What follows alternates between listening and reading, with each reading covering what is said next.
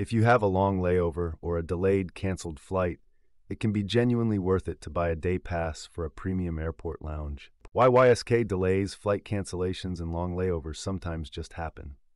Lounges are usually $60 to $80 and often include a lot of great amenities that can really save your ass in the long run, such as complimentary food, including both snacks and actual plated buffet-style meals of decent quality that gets rotated throughout the day. Complimentary soda juice. Complimentary unlimited booze. Usually there is one complimentary variety of red wine, white wine, vodka, whiskey, tequila, etc. Cocktails are typically free so long as you request the complimentary liquor option. Note to drink responsibly and consider tipping the bartender before you leave if appropriate. A shower room. Sometimes not available, but the ones I have used were incredibly nice, private suites with a hairdryer, towels, and genuinely great showers with great water pressure and temp. Ticket flight issue help. The front desk is usually staffed by 1 or 2 people who can help with ticketing issues, delays, and flight cancellations. Obviously, if everyone in the lounge just had their flight canceled, they're going to direct you elsewhere as they can't handle that much volume. Tons of soft lounge chairs with more than enough chargers for everyone. Private enclosed conference rooms for when you need to make a phone call or hop into a Zoom meeting. Lastly, and most importantly, the luxury of silence. No blaring PA system. No one screaming at the poor check-in associate about their missed flight. No exhausted kid throwing a tantrum. Just silence. Background. My partner and I were traveling a lot this past month visiting family overseas. Our longest travel day was 36 hours. I'm usually a cheap ass who would sooner gargle salt than pay money for a place to sit. But one of our flights was delayed and then canceled before being rebooked for a much later flight, 10 hours later. We debated spending the $80 each on lounge access, but we were so exhausted that we just said, F it, and went for it. We ended up being so happy we had. I was able to sleep for a solid 4.5 hours in a quiet, dark lounge room. We both took showers, had a few glasses of complimentary wine, ate our fill of free food, and generally were shocked to realize how nice it was to simply sit somewhere quiet and clean. We actually ended up paying for a lounge in a different city on the return, when, as our luck would have it, our flight was again canceled. The airline offered to put us up in a hotel, but in the process of getting that sorted out, we were given no information on a travel credit to get to the hotel. There were no shuttles offered. We spoke with the premium lounge associate on our way out, and she ended up printing us out $80 worth of taxi vouchers when she learned we hadn't been offered that by the airline over the phone. Frankly, I'm now of the belief that if I have a layover that is longer than 5 hours, it's worth it to pay for lounge access.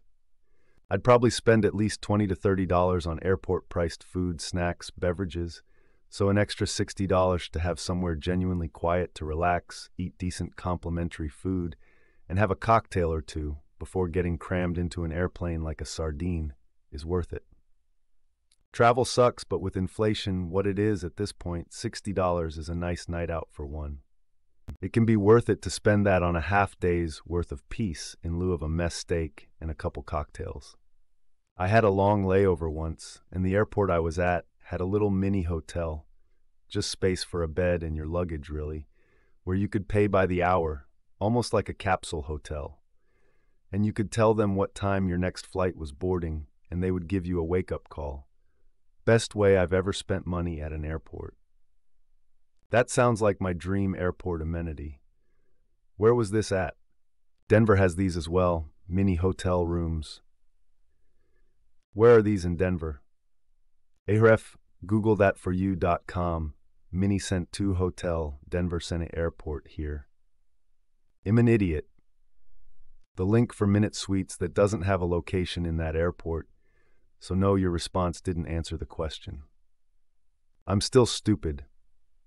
I don't see a location in Denver. Looks like I made a mistake. Sorry. I think it was Abu Dhabi. Istanbul has the hotel inside the airport as well. I wish more places had these. Airports, obviously, but also just in the walking areas of big cities. Beats killing a couple hours at a coffee shop or bar, sometimes. In the US, they're called minute suites. I'd say that definitely used to be true.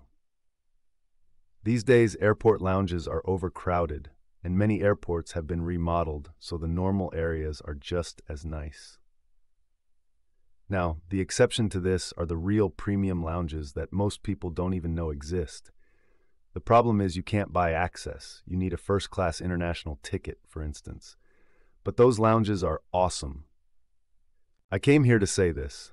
Lounges are now so accessible that nearly anyone can get in, which makes them a minor step above the gate seating area. Yes, they have free food and drinks, which are nice, no doubt, but they can be very crowded. You often can't find a place to sit, and a lot of people don't understand what the word quiet means.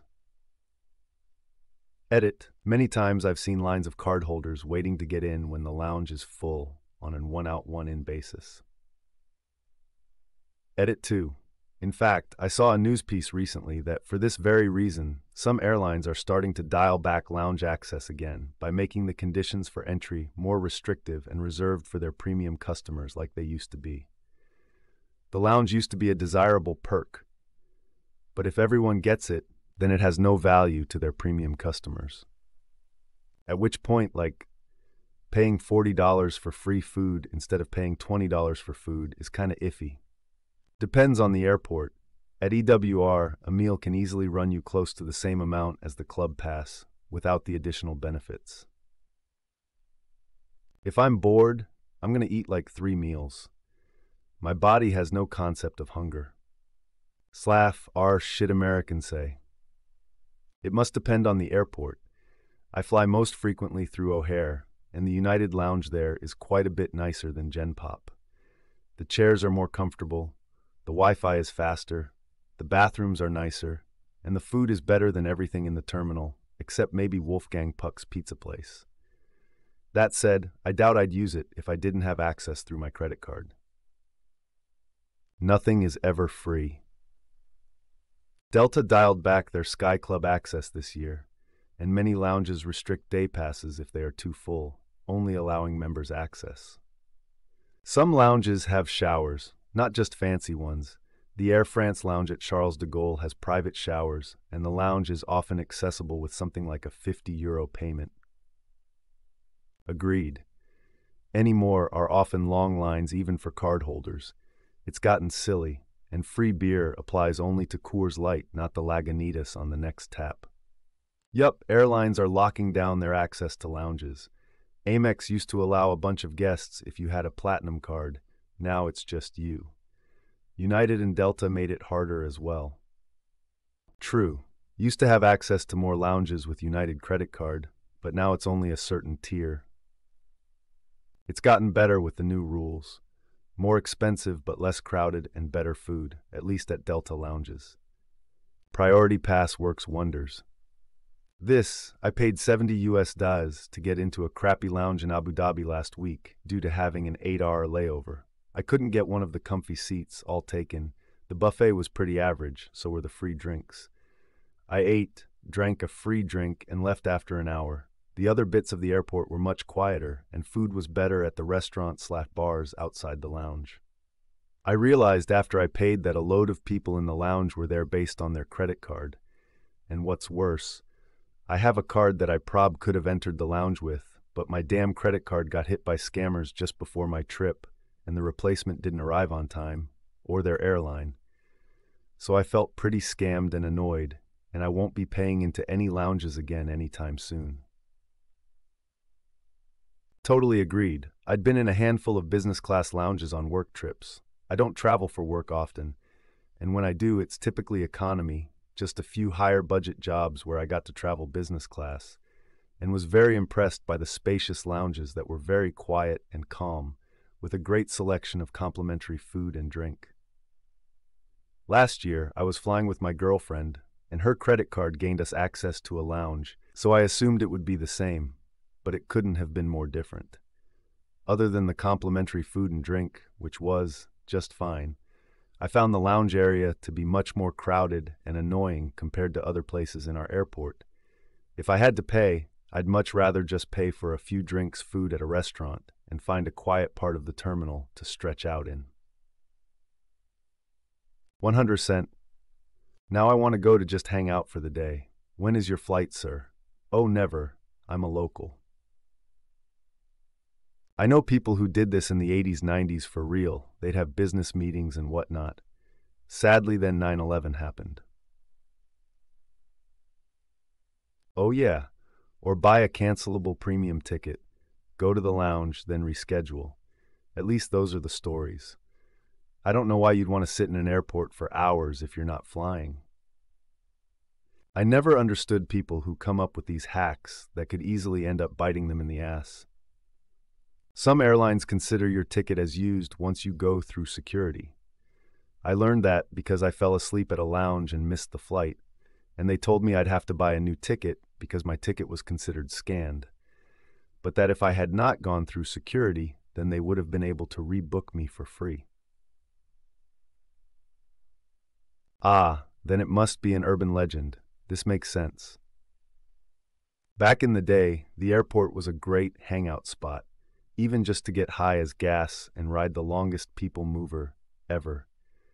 And then that thing happened, and hanging out at the airport was weird. The lounges are behind security. You need a boarding pass to get in. Drat! This is the plot of an episode of the brilliant sitcom Kath and Kim. Huge recommend if you haven't watched it. We were flying to Italy with two friends. Both guys had free access to the lounge, but my friend and I didn't. It was going to cost $40 per couple to get access. We decided that for the 2 to 3 hours, we'd just go to one of the restaurants and get food and a drink or two, then go finish our wait at the gate. OMG, by the time we were on the plane, we all wished we'd just spent the $80. Between the crappy food and the expensive drinks for 4 people, we would have saved money going into the lounge, let alone being more comfortable, having a place to plug our devices in, being a comfortable temperature, etc., etc., etc. Anything over 2 hours, we go to the lounge now. If your flight is truly canceled for a long enough period of time, make the airline pay for your hotel for the night. Doesn't always work. Was stuck in Charlotte due to weather. Flight was delayed and canceled, then rescheduled and delayed, then canceled again. Was eventually put on a flight 16 hours later, but because of weather, I was not entitled to anything. I will refuse to go to that airport ever again.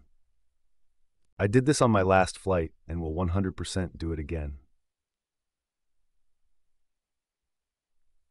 I had a flight leaving around 1 p.m., but I didn't want to deal with the stress of public transit or the cost of a lift.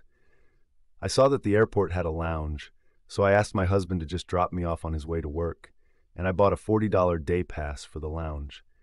It didn't have shower amenities or private bathrooms. Had to use the public bathrooms just outside the lounge. But I was able to have my own booth with a table with a departures board in view. They had a buffet with breakfast foods out when I arrived, and refreshed with lunch food later. Also had a cookie jar, fresh chocolate chip, free coffee and espresso drinks with various flavors to choose from, and a full bar. Plus, they encouraged folks to take food and canned bottled drinks to have on the plane. All of that was decent, but not incredible. The main benefits for me were actually what the lounge did not have. TVs showing whatever stupid news or prank show airports typically have on, screaming children, rude adults, scrambling to find reasonable food at a decent price that won't make you airsick, and most importantly, the anxiety of the terminal. It was calm. It was peaceful. Everyone was minding their own business and behaving like a rational person who understands how airports work. Lots of folks here are complaining about how lounges used to be great, but aren't anymore. But I can't speak to that. As a former poor person who had never even considered that I could be the kind of person that could afford an airport lounge, I'm a total convert. As an autistic person, I consider it a solution. And if you have the Costco MasterCard, you can get the Dragon Pass entry for $35. That's definitely worth it in food and drinks alone. Is that Citi card for Costco? What is Dragon Pass? Canadian. The US Costco card is a Visa. Dragon Pass is like an airport lounge pass broker kind of thing, similar to Priority Pass. It's part of the MasterCard World tier, Costco labeled MasterCard in Canada. It's also available with many other MasterCard of medium-high tier. Those usually have annual fees, while the Costco one technically doesn't. I'm not sure about the City Card. Most airport lounges don't allow just anyone to buy a day pass. You generally need airline or credit card status for entry. So far, every single time I've tried to get lounge access on short notice, I was disappointed. It's either a no-go or a tiered access where only truly important people get access to what is really important, which to me, predominantly is a shower. If you have the United credit card from Chase, which charges an annual fee, you get 2 complimentary passes to any United lounge each year. However, it turns out you also need to show a United boarding pass in order to take advantage of the lounge. So if you're getting a cheap last-minute Southwest flight to a family member's funeral, or your work booked you on a late return Delta flight from a work trip, it's delayed and you just need some peace and quiet and maybe a drink, well, you're out of luck, bud. Should have flown United. This policy is obviously horseshit. Might be worth just keeping an old United boarding pass around to give it a try. A card and some level of status. I was really hungover in the Amsterdam, see hungover airport for a 9-hour layover. They have pseudo hotel rooms in one of the terminals you can rent, and that absolutely saved me. Best nap and shower I've ever taken. You could do that or stick your luggage in a locker or something similar and go explore the place you've landed in. I've done 4 hours in Frankfurt, 12 in Beijing, and 8 in Shanghai. They were some of the most memorable hours of the trip, even if they weren't the final destination. Had the same in Beijing and hired a guide to take me to the Great Wall. Absolutely incredible. It was like 5 a.m. and practically deserted as well. Left just as the other tourists started flooding in. I did the same exact thing in Singapore. What is the procedure there with luggage, check-in, security, etc.? We'll have a 10H stopover in Shanghai soon via Chinese airline, and I was never in a situation like that. GF is hesitant to leave the airport and actually enter the country out of fear to miss the next flight due to non- or misunderstandings, mistakes on our part after being IM transit for 12H already, or just being unlucky. Since we don't speak the language, I share some of her concerns. Don't want to strand there. We're no frequent flyers. Sorry if this seems silly. So the process is similar to if you were to get off a flight at your destination country. You go to exit instead of transfers, go to border control, and get out. I was in China in 2017, so rules likely have changed. At border control, we got a 24-hour visa, I believe. We had to fill up a form. I recommend bringing a pen. They were in short supply. I thibbin for Beijing. We did it on the plane. Whatever the case, double checks the regulations for now. Also, double check the information I've put here with more current posts, blogs, etc. In Shanghai airport at the time, they kept luggage in one corner of the airport. It was fairly okay for signposting. Getting back in is like checking into a normal flight. I believe we got lucky and saw an Air China check-in open as we were leaving, and they were nice enough to print off our ticket. You still have to go through security all over again and assume it will take a long time. Just add a lot of leeway. Shanghai airport had a fair amount of staff that spoke English. I think we used a taxi app to get out. Again, this might change.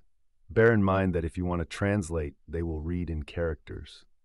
Beijing was more problematic as there was a lack of English speakers, but our hostel had told us to print off their location in Mandarin characters for the taxi drivers. Otherwise, no dice.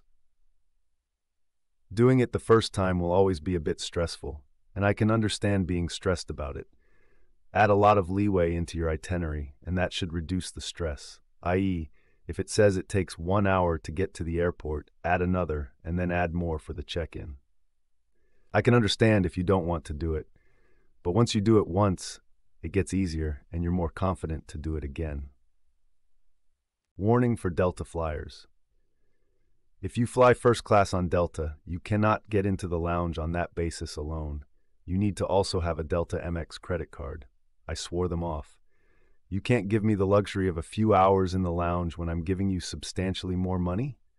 Never again, Delta. Lounges are also starting to charge by the hour, or they allow access only a few hours before your departure time. 3H before departure only in Montreal Trudeau Airport. I totally agree with your reasoning, and I do the same from time to time for international traveling, but I fear that airlines will find out about this and will lose these perks sooner or later. They do everything they can to screw us up for more money, especially goddamn Air Canada. Don't bother with the Austrian lounge in Vienna, a true disappointment. I know there are two, and that I went to the Vienna lounge, which was awesome. Or at least was when I visited a few months ago. There are a bunch of different Austrian lounges at Vienna Airport. They range from the Hohen Circle lounges to Senator Star Alliance Gold to the business lounges. In my experience, the non-Schengen business lounges are small, but generally adequate for a quick bite and a coffee before a morning departure, which is fine, especially if you're flying Austrian business class, because the food and service are superb. Vienna Airport is the worst in general. Research your airport and the lounges. It really varies. Same with train stations. Today I bought a one-time lounge pass. Arrived to the lounge to find a sign that says temporarily closed to one-day passes. So that's nice. Are day passes even available anymore without points, miles, or status? Not much of a reward if every TDH can get in there for $60. I did this a few months ago in Qatar en route to Australia. The flight was delayed by 5 hours. Gave me a chance to have much-needed shower and chill out for a bit with some food and drinks. Definitely needed it at the time, and it only cost £40. What a lot of people are saying, it's true though. I got there when the airport was quiet, but the lounge was packed by the time I left. But that could be because it was the only one you could get into by paying. I used to love having access to the veteran lounges in airports. I can't remember what they're called or if they even still have them, but it was a lounge. Sometimes a huge one, other times a really fancy one, with pool tables, air hockey, free food, drink, coffee, TV, PlayStations, all kinds of shit. I'd literally go to the airport sometimes just to hang out there with military buddies when they'd be in town, because the one at my closest airport had a bar inside.